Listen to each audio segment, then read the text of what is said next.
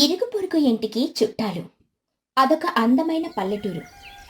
అక్కడ తుని పిచ్చుక, చోటు చిలుక పక్క పక్కన ఇళ్లలో నివసిస్తూ ఉంటారు. వాళ్ళ ఇళ్ల మధ్య చిన్న ఖాళీ స్థలం ఉంటుంది. అక్కడ వాళ్ళ పిల్లలు పుచ్చి పిచ్చుక, బన్ను చిలుక రోజు ఆడుకుంటూ ఉంటారు. ఆ రోజు ఉదయం చల్లటి గాలి వీస్తూ వాతావరణం చాలా ఆహ్లాదకరంగా ఉంటుంది. తుని పిచ్చుక తన ఇంటి ముందు అరుగును శుభ్రం చేసుకుంటూ ఉండగా పక్కింటి చోటు చిలుక అక్కడికొస్తుంది. చోటు చిలుక నవ్వుతూ, ఏంటి తుని, ఈరోజు ఉదయాన్నే ఇల్లంతా చాలా అందంగా సర్దుతున్నావు. అరుగు మీద ముగ్గు కూడా భలే వేశావు. విశేషమేంటో చెప్పవా?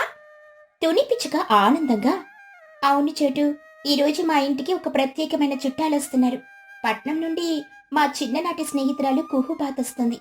చాలా సంవత్సరాల తర్వాత తను మా ఇంటికి వస్తుంది చోటు. అందుకే ఇల్లంతా శుభ్రం చేస్తున్నాను. చోటు చిలుక సంతోషంగా, అవునా, కుహుబాత్ వస్తుందా? తను చాలా మంచిదని నువ్వెప్పుడు చెబుతూ ఉంటావు కదా. పట్నం నుండి వస్తుంది కాబట్టి ప్రయాణంలో అలసిపోయి ఉంటుంది. వంటలో నీకేమైనా సహాయం కావాలా తుని? పక్కపక్క ఇళ్లలో ఉంటూ నేను సహాయం చేయకపోతే ఎలా? తుని పిచ్చుక కృతజ్ఞతతో, చాలా థ్యాంక్స్ చోటు. నీకెప్పుడు పక్క వారికి సహాయం చేయాలని మంచి మనసుంటుంది. బుజ్జి కూడా నాకు లోపల పనులు సహాయం చేస్తుందిలే. నువ్వు కూడా మధ్యాహ్నం మా ఇంటికి భోజనానికి రావాలి సుమా. అదే సమయంలో ఆ వీధి గుండా చిచ్చుకాకి తన కొడుకు చిన్నుకాకితో కలిసి నడుచుకుంటూ వెళ్తూ ఉంటుంది. తుని చోటుల మాటలు వినగానే చిచ్చుకాకి చెవులు నిక్కపొడుచుకుంటాయి. ఆమెకు పక్క వాళ్ళ విషయాల్లో తలదూర్చడం, అలాగే ఎవరైనా ధనవంతులు వస్తే వాళ్లతో పరిచయం పెంచుకొని లాభపడడం చాలా ఇష్టం. చిచ్చుకాకి ఆశ్చర్యంగా లోపలికి దూరుతూ, ఏంటితోనే నీ నోటి నుండి కుహుబాతు అనే పేరు విన్నాను. ఆ పట్నం కుహుబాతు మీ ఇంటికి చుట్టంగా వస్తుందా? తను చాలా పెద్ద కోటేశ్వరులని విన్నాను. పట్నంలో పెద్ద పెద్ద భవనాలు, కారులు ఉన్నాయంట కదా. తుని పిచ్చుక వినయంగా, అవును చిచ్చు, కుహుబాతు పట్నంలోనే ఉంటుంది. కాని తను ఎంత పెద్దదైనా నన్ను తన సొంత స్నేహితురాల్లాగానే చూస్తుంది. ఈరోజు మా ఇంటికి వస్తుంది తను. చిచ్చుకాకి మనసులో, ఓహా, ఈ ఎంత పెద్ద రిచ్ బాతో ఈ పేద తుని ఇంటికి వస్తుందా? ఈ తుని పక్కన ఉన్న చిన్న ఇంట్లో దానికి ఏం తిండి పెడుతుంది? ఎలాగైనా ఆ కుహుబాతుని నా ఇంటికి రప్పించాలి. దానికి గొప్పగా మర్యాదలు చేసి మంచి మంచి పట్నం గిఫ్టులు కొట్టేయాలి.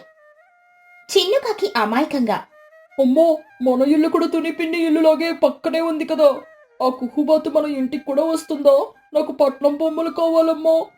చిచ్చుకాకి చిన్ను నెత్తి మీద కొడుతూ, నార మస్కరా సన్నాసి, ఊరికే అరవకు. ఇక తుని వైపు తిరిగి నవ్వుతూ, ఆహాహా, అవును తుని, నీ ఇల్లు చాలా చిన్నది కదా. ఆ పట్నం బాతొచ్చి ఇక్కడ ఎలా ఇరుక్కుపోతుంది? కావాలంటే నా ఇంట్లో చాలా స్థలం ఉంది. నేను కూడా మంచి వంటలు చేసి పెడతాను. తనని నా ఇంటికి పంపించు. చోటు చిలుక చిరాకుగా, ఏంటి చిచ్చు, తుని ఇల్లు చిన్నదైనా మనసు చాలా పెద్దది. చుట్టాలొస్తే ప్రేమగా చూసుకోవాలి కాని ఇల్లు పెద్దదా చిన్నదా అని చూస్తారా ఏంటి? నువ్వు నీ దారి చూసుకోపో. చిచ్చుకాకి కోపంతో ముఖం మాడేసుకుని తన కొడుకు చిన్నుకాకిని తీసుకుని తన ఇంటికి వెళ్ళిపోతుంది. కాసేపటికి పట్నం నుండి కుహుబాతు ఎంతో ఆనందంగా మర్యాదగా తుని పిచ్చుక ఇంటి ముందర వాలుతుంది. బుజ్జి పిచ్చుక, పన్ను చిలుక ఆనందంతో గంతులేస్తాయి. కుహుబాతు ఆనందంగా తునిని హత్తుకుంటూ, తునయ్య, నా ప్రాణ స్నేహితురాలా, ఎలా ఉన్నావు? నిన్ను చూసి ఎన్ని రోజులైందో. ఈ పల్లెటూరి వాతావరణం, నీ పక్క పక్కన ఉన్న ఇల్లు చూస్తుంటే మనసుకి ఎంతో ప్రశాంతంగా ఉంది. తుని పిచ్చుక కళ్ళల్లో నీళ్లతో, రా కుహు, లోపలికి రా. ప్రయాణం బాగా సాగిందా? నీకోసం చల్లటి కుండ నీళ్లు, తాజా పండ్ల రసం సిద్ధం చేశాను. రా, వచ్చి కూర్చో. బుజ్జి పిచ్చుక వినయంగా, నమస్కారం కుహు పిన్ని, నేను బుజ్జిని. మిమ్మల్ని కలవడం చాలా సంతోషంగా ఉంది. కుహుబాతు బుజ్జిని దగ్గరికి తీసుకుంటూ, అయ్యో బుజ్జి, ఎంత ముద్దుగా ఉన్నావు తల్లి. ఇదిగో నీకోసం పట్నం నుండి తెచ్చిన మంచి కథల పుస్తకాలు, చాక్లెట్లు. బన్ను చిలుక ఆశగా చూస్తూ, కుహుపిన్ని, నేను పక్కింట్లో ఉండే బన్నుని. బుజ్జి నా బెస్ట్ ఫ్రెండ్. కుహుబాతు నవ్వుతూ, అవునా బన్ను, ఇదిగో నీకు కూడా మంచి బొమ్మలు తెచ్చాను. మీ ఇద్దరు కలిసి ఆడుకోండి. పిల్లలిద్దరూ బొమ్మలు తీసుకుని ఆనందంగా ఆడుకోవడానికని వెళ్తారు. తుని పిచ్చుక, చోటు చిలుక కుహుబాతుతో కలిసి మాట్లాడుకుంటూ ఉంటారు.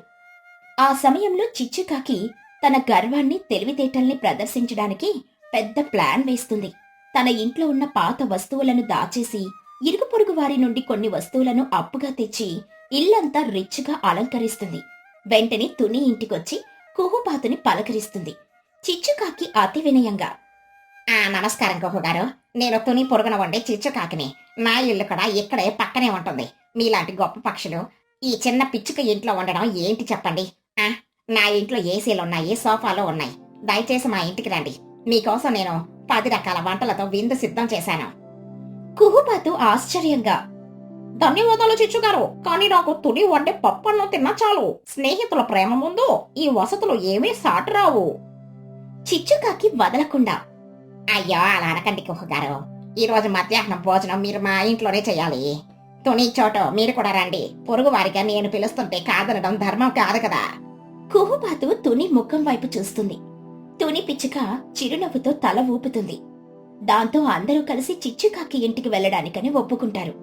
చిచ్చుకాకి ఆనందంతో తన ఇంటికి పరిగెత్తుకుంటూ వెళ్లి తన కొడుకు చిన్నుకాకిని హెచ్చరిస్తుంది. చిచ్చుకాకి కంగారుగా, ఒరే చిన్నగా, ఆ పట్నం బాత మన ఇంటికి వస్తుందిరా. నేను పక్కింటి లూసి పావురం దగ్గర వాళ్ళలో పాయసం అప్పుగా తెచ్చాను. నువ్వు నోరు మూసుకొని ఉండాలి. మన ఇంట్లో అన్ని ఉన్నాయని గొప్పలు చెప్పాలి, తెలిసిందా? చిన్నుకాకి భయంగా, అలాగేనమ్మా, కానీ అప్పు తెచ్చిన వంటలు వాళ్ళకి పెడితే పాపం కదా, మనం నిజం చెప్పేస్తే బాగుంటుంది. చిచ్చుకాకి కోపంతో, నోరు మూసుకోరా. నిజం చెబితే మన పరువు పోతుంది. వాళ్ళు ఇక్కడే కూర్చుని తింటుంటే మన రేంజ్ పెరుగుతుంది.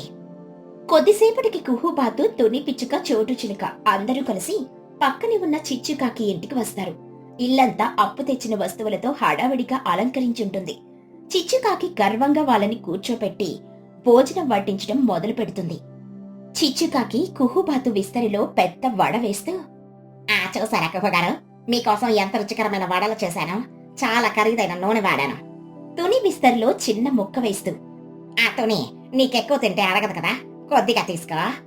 చోటు చిలుక కోపంగా, ఏంటి చిచ్చు, వడ్డించడంలో కూడా ఇంత వివక్ష చూపిస్తావా? చుట్టాలొస్తే అందరినీ సమానంగా చూడాలి కదా. చిచ్చుకాకి కవర్ చేస్తూ, అయ్యో చోట, నువ్వు తప్పుగా అనుకుంటున్నావు. కుహు గారు పట్నం నుండి వచ్చారు కదా, అందుకే పెద్దది వేశాను. చిన్నుకాకి అమాయకంగా గట్టిగా, అమ్మో, అబద్ధాలు చెప్పకు. ఆ వడలు పొద్దున్నే లూసి పిన్ని ఇల్లు నుండి నువ్వు గిన్నె పట్టుకెళ్ళి అప్పు తెచ్చావు కదా, ఇంట్లో నూనె లేదని నన్ను తిట్టావు కూడా కదా. ఆ మాట వినగానే చిచ్చుకాకి ముఖం నల్లగా మారిపోతుంది. కుహుబాతు, తుని, చోటు ఆశ్చర్యంగా చిచ్చు వైపు చూస్తారు. చిచ్చుకాకి కంగారుగా చిన్నుకాకి నోరు నొక్కడానికని ప్రయత్నిస్తుంది. చిచ్చుకాకి కళ్ళు తేలేసి కోపంతో, ఒరే చిన్నగా, నీకు బుద్ధుందా లేదా? తింటుంటే మధ్యలో నీ సొల్లు వాగడేవిట్రా. లోపలికి వెళ్ళావు. కుహుబాతు శాంతంగా విస్తరి పక్కన పెడుతూ, ఆగండి చిచ్చు గారు, చిన్ను చెప్పింది నిజమే కదా. మీరు పట్నం నుండి వచ్చిన నన్ను మెప్పించడానికి పక్క వారి దగ్గర అప్పు తెచ్చి ఈ గొప్పలు ప్రదర్శిస్తున్నారా? ఇరుగు పొరుగు వారితో ప్రేమగా ఉండలేని వాళ్ళు ఎంత గొప్ప వంటలు వండినా ఆ వంటకి రుచి ఉండదు. తుని పిచ్చుక జాలిగా, అవును చిచ్చు, మనం పక్కపక్క ఇళ్లల్లో ఉంటున్నాం. ఒకరి కష్ట సుఖాలు పంచుకోవాలి కానీ ఇలా చుట్టాలొచ్చినప్పుడు లేని గొప్పలకి పోయి అప్పులు తెచ్చుకోవడం ఎందుకు? మన దగ్గరున్న దాంతోనే ప్రేమగా పెడితే చుట్టాలు సంతోషిస్తారు. నిజమే చిచ్చు, కుహుబాతు మనసు చాలా మంచిది. తను కేవలం మన ప్రేమను చూడ్డానికి వచ్చింది కానీ నీ సోఫాలు, అప్పు తెచ్చిన వడలు చూడ్డానికి కాదు. నువ్వు చేసిన పని వల్ల నీ పరువే పోయింది చూడు. చిచ్చుకాకి సిగ్గుతో తలదించుకుంటుంది. తన అత్యాస గర్వం వల్ల ఎంత పెద్ద తప్పు చేసిందో ఆమెకు అర్థమవుతుంది. కళ్ళల్లో నీళ్లతో తుని కుహుబాతుల వైపు చూస్తుంది. చిచ్చుకాకి ఏడుస్తూ చేతులు జోడించి, నన్ను క్షమించండి కుహుగారు. తుని చోట నన్ను క్షమించండి. నా పిచ్చి గర్వంతో మిమ్మల్ని తక్కువ చేసి చూపించాలని ఇలాంటి నాటకం ఆడాను. పక్కపక్క ఇళ్లలో ఉంటూ మీ విలువ తెలుసుకోలేకపోయాను. ఈ వడలు, వస్తువులు అన్నీ నేను అప్పు తెచ్చినవే. నాకు బుద్ధొచ్చింది. కుహుబాతు దగ్గరకొచ్చి ఓదారుస్తూ, చిచ్చుగారు, మీ తప్పు మీరు తెలుసుకున్నారు, అదే చాలు. చుట్టాలు ఎప్పుడో ఒకసారి వస్తారు కానీ పక్కనే ఉండే పొరుగువారే మనకు నిజమైన చుట్టాలు. కష్టం వచ్చినా నష్టం వచ్చినా మొదట ఆదుకునేది పక్కనే ఉండే ఇరుగు పొరుగువారే. అందుకే వాళ్ళతో ఎప్పుడు ప్రేమగా ఉండాలి. తుని పిచ్చుక నవ్వుతూ, పర్వాలేదు చిచ్చు, బాధపడుకు. ఈ రోజు మనమంతా కలిసి మా ఇంటి మధ్యలో ఉన్న ఖాళీ స్థలంలో కూర్చొని భోజనం చేద్దాం. చోటు తన తోటలో పండించిన కూరగాయలు తెచ్చింది, నేనొండిన పప్పన్నం కూడా ఉంది. అందరం పంచుకుని తిందాం. చిచ్చుకాకి సంతోషంగా కళ్ళు తుడుచుకుంటూ, అలాగే తనే, నా దగ్గర ఉన్న పండ్లు కూడా తీసుకురస్తాను. అందరం కలిసి తిందాం. ఇక నుండి నేను ఎప్పుడు ఇలాంటి పిచ్చి వేషాలు వేయను. పిల్లలు బుజ్జి పిచ్చుక, పన్ను చిలుక, చిన్నుకాకి ముగ్గురు కలిసి గట్టిగా చప్పట్లు కొడతారు. అందరూ కలిసి తుని పిచ్చుక, చోటు చిలుకల ఇళ్ల మధ్య ఉన్న చల్లటి చెట్టు నీడలో అరుగులు వేసుకుని కూర్చుంటారు. తుని పిచ్చుక ఎంతో ప్రేమతో వేడివేడి అన్నం పప్పు చోటు తెచ్చిన తాజా కూరగాయల కూర వడ్డిస్తుంది. చిచ్చుకాకి తెచ్చిన పండ్లను అందరూ కలిసి పంచుకుని తింటారు. కుహుబాతు ఆనందంగా తింటూ, వావ్ తుని, ఈ పప్పు అన్నం రుచి అద్భుతంగా ఉంది. పట్నంలో ఎంత పెద్ద హోటల్లో తిన్నా నాకు ఈ రుచి, ఈ ఆనందం దొరకలేదు. మీ అందరి మధ్య ఉన్న ఈ ఇరుగు పొరుగు ప్రేమ చూస్తుంటే నా జన్మ ధన్యమైందనిపిస్తోంది. చిన్నుకాకి నవ్వుతూ, అవును కుహు పిన్ని, అమ్మ వండిన అప్పు వడల కంటే ఈ పప్పన్నం 100 రెట్లు బాగుంది. చిచ్చుకాకి నవ్వుతూ చిన్ను తల నిమురుతూ, నిజమేనా చిన్నగా? తల్లి చేత వంటైనా పొరుగువారి ప్రేమైనా మనసుతో పెడితేనే అమృతమవుతుంది. ఈ రోజు నాకు నిజమైన చుట్టాలెవరో తెలిసొచ్చింది. అవును చిచ్చు, ఇరుగు పొరుగు ఇల్లే మనకి అసలైన చుట్టాల ఇల్లు. ఒకరికొకరు తోడుగా ఉంటే ఎలాంటి కష్టాన్నైనా నవ్వుతూ దాటొచ్చు. అలా ఆ రోజు ఆ పక్కపక్కన ఉన్న ఇళ్లలో నివసించే పక్షుల మధ్య ఉన్న గొడవలు పోయి ప్రేమ ఇంకా గట్టిగా పెరిగిపోతుంది. కుహుపాతు పల్లెటూరి ఇరుగు పొరుగు వారి గొప్పతనాన్ని, ఆతిథ్యాన్ని మనసారా పొగుడుతూ సంతోషంగా పట్నానికి తిరిగి వెళ్తుంది. చిచ్చుకాకి కూడా తన గర్వాన్ని వదిలేసి తుని చోటులతో కలిసి ఎప్పటికీ ఆనందంగా స్నేహంగా జీవిస్తుంది. పక్షుల గ్రామంలో వసంతకాలం వచ్చింది. పక్షులన్నీ తమ తమ ఇళ్ల పక్కనున్న ఖాళీ స్థలాల్లో రకరకాల పంటలు వేసుకునే పనుల్లో బిజీగా ఉన్నాయి. తుని తన ఇంటి వాకిట్లో కూర్చొని తన ఇంటి వెనుక ఉన్న ఒక పెద్ద ఖాళీ పొలం వంక చూస్తూ తీర్ఘంగా ఆలోచిస్తుంది. పక్కనే ఉన్న బుజ్జి ఆడుకుంటూ వచ్చి తుని పక్కన కూర్చుంది. చూసావా బుజ్జి, మన ఇంటి వెనుక ఉన్న ఈ ఖాళీ పొలం ఎంత వెలవెలబోతుందో. వసంతకాలం వచ్చేసింది. ఊర్లో అందరూ తమ పొలాల్లో రకరకాల గింజలు నాటుతున్నారు. చోటు ఆంటీ వాళ్ళు జామ చెట్లు వేశారు. లూసీ ఆంటీ అందమైన పూల మొక్కలేసింది. మనం కూడా ఈ పొలంలో ఏదైనా పంట వేస్తే బాగుంటుంది కదా. నువ్వే చెప్పు తల్లి, మనం ఏ పంట వేద్దాం? తీయటి అత్తి పండ్ల చెట్లు వేద్దామా, లేక కరకరలాడే గింజల మొక్కలు వేద్దామా? అమ్మా, నాకు అత్తి పండ్లు గింజలు వద్దమ్మా. రాబోయేది ఎండాకాలం కదమ్మా, అప్పుడు నాకు బాగా దాహం వేస్తుందమ్మా. నాకు చల్లటి తీయటి పుచ్చకాయ తినాలనుందమ్మా. మనం మన పొలంలో పెద్ద పుచ్చకాయ పంట వేద్దామమ్మా. ఎర్రటి రసం నిండిన పుచ్చకాయలు కోసుకొని రోజు తిందామమ్మా. నాకైతే ఇప్పుడే ఆ వాసన వస్తున్నట్లుందమ్మా. అది చాలా మంచి ఆలోచన తల్లి. పుచ్చకాయ పంట వేయడం నాకు కూడా ఇష్టమే.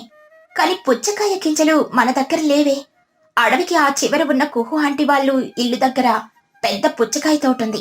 ఆమె దగ్గర ఎప్పుడూ ఎండిన మంచి గింజలు నిల్వ ఉంటాయి. నేనిప్పుడే ఎగురుకుంటూ అక్కడికి వెళ్లి కొన్ని మంచి గింజలు అడిగి తీసుకొని వస్తాను. నువ్వు ఇల్లు జాగ్రత్తగా చూసుకో, ఎక్కడికి వెళ్ళకే. సరేనమ్మా, నేను ఇక్కడే ఆడుకుంటూ ఉంటాను. నువ్వు తొందరగా గింజలు తీసుకొని రా అమ్మా. మనం ఇప్పుడే మట్టి తవ్వి గింజలు నాటుతామమ్మా. తుని వేగంగా ఆకాశంలోకి ఎగిరి కుహు ఇంటి వైపు ప్రయాణం మొదలుపెట్టింది. కుహు ఇల్లు అడవికి అవతలి వైపు చాలా దూరంగా ఉంటుంది. దారిలో దట్టమైన చెట్లు గుట్టలు ఉన్నాయి. తుని ఎగురుకుంటూ వెళ్తూ ఉండగా ఒక పెద్ద రాతి గుట్ట దగ్గర హఠాత్తుగా ఆమె కళ్ళు ఒక వింత దృశ్యాన్ని చూశాయి. రాళ్ల మధ్యలో ఒక పెద్ద గుండ్రటి నిగనిగలాడే పుచ్చకాయ ఒంటరిగా పడుంది. తుని ఆశ్చర్యంతో కిందికి దిగి ఆ పుచ్చకాయ దగ్గరికి వెళ్ళింది.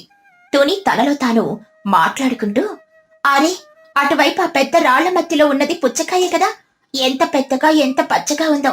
కానీ ఇది ఇక్కడికి ఎలా వచ్చింది? ఇక్కడ చుట్టుపక్కల ఎక్కడా కూడా ఒక పుచ్చకాయ తీగ కూడా లేదే. ఎవరైనా పక్షులు మోసుకుంటూ వచ్చి బరువు తట్టుకోలేక ఇక్కడ మర్చిపోయి వదిలేశారా? ఏది ఏమైనా ఈ పుచ్చకాయ చాలా తాజాగా ఉంది. నా బుజ్జి పుచ్చకాయ అడిగింది కదా, ఇంత దూరం వెళ్లి గింజల కోసం అడిగే బదులు ఈ కాయనే ఇంటికి తీసుకెళ్తాను. దీన్ని కోసి మేమిద్దరం కడుపు నిండా తిని లోపలున్న గింజల్ని మన పొలంలో నాటుకోవచ్చు. నా ప్రయాణపు శ్రమ కూడా తప్పింది. తుని ఎంతో కష్టపడి ఆ బరువైన పుచ్చకాయను తన కాళ్లతో పట్టుకుని మెల్లగా ఎగురుకుంటూ తన ఇంటికి చేరుకుంది. బుజ్జి, చూడు నేనేం తెచ్చాను. గింజల కోసం వెళ్తుంటే దారిలో ఈ పెద్ద పుచ్చకాయ దొరికింది. ఈ రోజు రాత్రికి తిన్ని కోసి తిందాం, గింజలు దాచి పెడదాం. వావ్ అమ్మా, ఇది చాలా పెద్దగా ఉందమ్మా. నాకు చాలా సంతోషంగా ఉందమ్మా. చీకటి పడింది. పక్షుల గ్రామం అంతా నిద్రలోకి జారుకుంది. ఇంటి లోపల ఒక మూల ఆ పుచ్చకాయ నుంచింది. అర్ధరాత్రి సమయంలో ఆ పుచ్చకాయ నుండి మెల్లగా ఒక బంగారు రంగు వెలుగు రావడం మొదలైంది. ఆ వెలుగు చూసి బుజ్జికి మెలకువ వచ్చింది. బుజ్జి భయంతో వణుకుతూ, అమ్మా అమ్మా, దొరకలే అమ్మా. ఆ పుచ్చకాయ చూడమ్మా, చీకట్లో అది బంగారులాగా మెరుస్తుందమ్మా. నా కళ్ళు బయర్లు కమ్ముతున్నాయమ్మా. నాకు చాలా భయంగా ఉందమ్మా. అది మామూలు పుచ్చకాయ కాదు, దయ్యం పుచ్చకాయ లాగా ఉందమ్మా. తుని నిద్రలో నుండి ఒలిక్కిపడి, అయ్యో దేవుడా, నిజమే పుచ్చి, ఇదొక దీపంలాగా వెలుగుతోంది. నేను అడవిలో నుండి ఏం తీసుకుని వచ్చాను? దీని దగ్గరికి వెళ్ళాలంటే నాకే భయంగా ఉంది. ఎవరైనా మంత్రగత్తె పక్షులు దీనికి మంత్రం వేశారా ఏమిటి? అప్పుడే ఆ పుచ్చకాయ నుండి ఒక మృదువైన తీయటి గొంతు వినిపించింది. భయపడకండి పక్షులారా, దయచేసి నన్ను చూసి భయపడకండి. నేను మీకు ఎలాంటి హాని చెయ్యను. దయచేసి నా మాట వినండి. బుజ్జి తుని వెనుక దాక్కుంటూ, అమ్మా, అది మాట్లాడుతోంది, అది మనలాగే మాట్లాడుతోంది, నన్ను కాపాడమ్మా. నువ్వెవరు? పుచ్చకాయలు ఎప్పుడైనా మాట్లాడతాయా? నువ్వెక్కడి నుండి వచ్చావు? నీ గురించి నిజం చెప్పు, లేకపోతే నిన్నిప్పుడే ఇంటి నుండి బయటికి కెంటేస్తాను. తుని, నేను ఒక మాయా పుచ్చకాయని. నేను ఈ భూమి మీద ఈ మట్టిలో పెరిగే కాయను కాను. ఈ ఆకాశంలో మేఘాలకు చాలా ఎత్తులో కంటికి కనిపించిన ఒక మాయా ఆకాశ ద్వీపం ఉంది. అక్కడ అన్ని మాయా వస్తువులే ఉంటాయి. నేను అక్కడి నుండి ప్రమాదవశాత్తు కింద పడిపోయాను. బరువుగా ఉండడం వల్ల నేను మళ్ళీ అంత ఎత్తుకు ఎగరలేకపోయాను. ఆ రాళ్ల మధ్య చిక్కుకుపోయి ప్రాణాపాయ స్థితిలో ఉన్న నన్ను నువ్వే కాపాడి ఇక్కడికి తీసుకుని వచ్చావు. ఇక్కడ నేల మీద ఉండడం వల్ల నా శక్తి అంతా క్షీణించిపోతుంది. నన్ను మళ్ళీ ఆ ఆకాశ ద్వీపానికి చేరిస్తే నా శక్తులు నాకు తిరిగి వస్తాయి. దయచేసి నాకు సహాయం చేయండి. అయ్యో, ఎంత కష్టం వచ్చింది నీకు. నువ్వు మామూలు కాయవి కాదన్నమాట. బాధపడకు మాయా పుచ్చకాయ. ఆపదలో ఉన్న వారికి సహాయం చేయడం మా పక్షుల ధర్మం.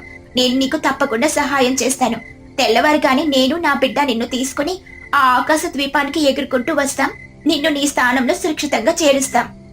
ఇదంతా జరుగుతున్న సమయంలో తుని ఇంటి కిటికీ బయట దాక్కుని ఉన్న చిచ్చు ఈ మాటలన్నీ వింటుంది.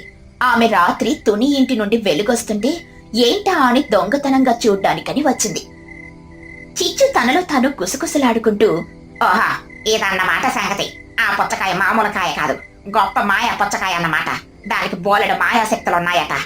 ఆ తుని ఎంత పిచ్చిది, దాన్ని తిరిగి ఆకాశంలో వదిలేస్తానంటుంది. అదే నేనైతే ఆ పుచ్చకాయను వదలకుండా నా స్వార్థం కోసం వాడుకుంటాను. అడగకనే దొరికింది మాయా వస్తువును వదులుకుంటారా ఎవరైనా? నేను వెంటనే వెళ్లి ఊరి పక్షులందరికీ ఈ విషయం చెప్తాను. అందరం కలిసి ఆ పుచ్చకాయను మన ఆధీనంలోకి తీసుకుందాం. తెల్లవారుగానే చిచ్చు ఊరి పక్షులందర్నీ రెచ్చగొట్టి తుని ఇంటి ముందుకు తీసుకునొచ్చింది. ఊరి పెద్ద మహి, లూసి, చోటు, బన్ను, కుహు అందరూ అత్యాశతో తుని ఇంటి ముందు నిలబడ్డారు. తుని, బయటికి రా. రాత్రి నీ ఇంట్లో ఏదో జరిగింది, మాకంతా తెలిసింది. ఆ మాయా పుచ్చకాయ ఎక్కడుందో బయటికి తీసుకొనిరా. దాన్ని ఎక్కడికి తీసుకెళ్లడానికి వీల్లేదు. అవును తుని, అలాంటి మాయా వస్తువు దొరికితే పిచ్చిదానిలా తిరిగి పంపించేస్తావా? అది మన ఊర్లో ఉంటే నేను ఏది కోరుకుంటే ఆ అందం నాకిస్తుంది. నేను ప్రపంచంలోనే అత్యంత అందమైన, ఎప్పటికీ యవ్వనంగా ఉండే పక్షిగా మారిపోతాను. నా ఈ ఈకలు వజ్రాల్లా మెరవాలని కోరుకుంటున్నాను. నాకు బోలుడంత ఆహారం కావాలి తుని. ఆ పుచ్చకాయను మాకిచ్చేయి. నా కొడుకు పన్నుకి జీవితాంతం కూర్చొని తినేంత పండ్లు గింజలు అడుగుతాడు. మేము ఇక అడవిలోకి కష్టపడాల్సిన అవసరమే లేదు. నా గొంతు ఎప్పటికీ పాడవకుండా అడవిలో అందరికంటే గొప్ప గాయనిగా మారే వరం నేను అడుగుతాను. ఆ పుచ్చకాయ మన ఊరి సొత్తు. దాన్ని ఆకాశానికి పంపించడానికి మేమెవరూ ఒప్పుకోము. చూసావా తుని, ఊరంతా ఒకటే మాట మీద ఉన్నారు. మర్యాదగా ఆ పుచ్చకాయను మా చేతిలో పెట్టు. మా కోరికలు తీర్చాక అప్పుడు దాని దారిన దాన్ని పోనిద్దాం.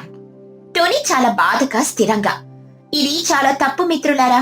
ఆ పుచ్చకాయ మన సొత్తు కాదు. అది ఆపదలో ఉండి దారి తప్పి మన సహాయం కోరింది. ఆపదలో ఉన్న వారిని మన స్వార్థం కోసం వాడుకోవడం, మన అత్యాశ కోసం వాళ్ళని బంధించడం మన పక్షుల ధర్మం కాదు. చీచి మాటలు విని మీరంతా గుడ్డిగా అత్యాశ పడుతున్నారు. ఇది పక్షుల గ్రామానికి అవమానం. నేనిచ్చిన మాటను తప్పను.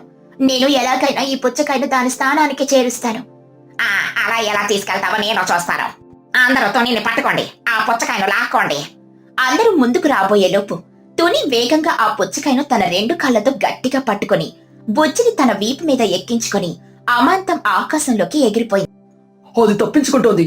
ఎవరూ దాన్ని వదలకండి. అందరూ దాని వెనకాల ఎగరండి. ఎక్కడికి వెళ్తుందో పట్టుకుందాం. ఊరి పక్షులన్నీ అత్యాశతో తుని వెనకాలే ఆకాశంలోకి ఎగరడం మొదలుపెట్టాయి. తుని తన సర్వశక్తులు ఒడ్డి ఆ బరువైన పుచ్చకాయను మోసుకుంటూ మేఘాలను చీల్చుకుంటూ పైకెగురుతోంది. కింద పక్షులు ఆమెను వెంబడిస్తూనే ఉన్నాయి. అమ్మా, వాళ్ళందరూ మన వెనకాలే వస్తున్నారు. నాకు భయంగా ఉందమ్మా. వాళ్ళు మనల్ని ఏమైనా చేస్తారా అమ్మా? భయపడకు బుజ్జి, ధర్మం ఎప్పుడు మన వైపే ఉంటుంది.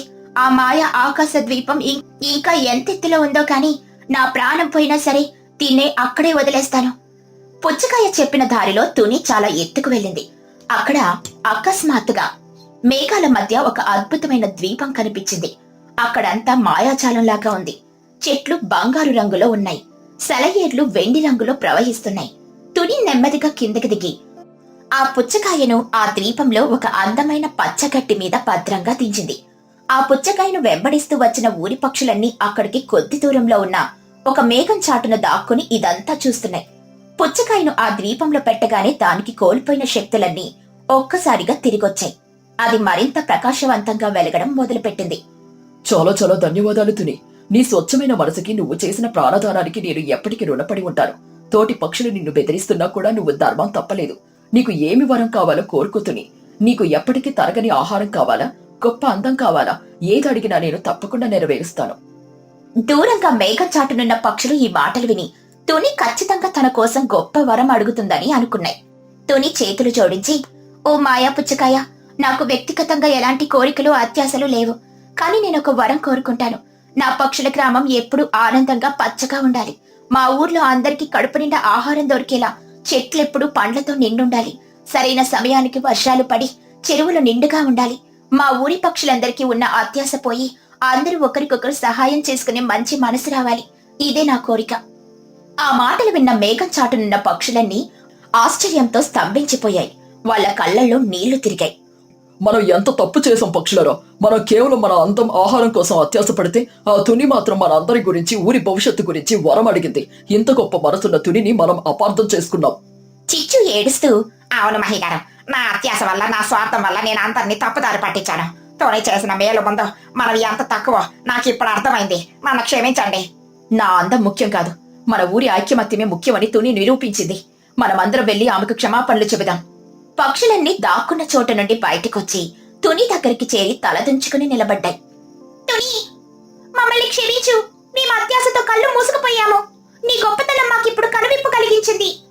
అందులో ఏముంది మిత్రులారా, మనం ఎప్పుడు స్వార్థం కోసం కాకుండా అందరి క్షేమం కోసం ఆలోచించినప్పుడే మనకి నిజమైన సంతోషం దొరుకుతుంది.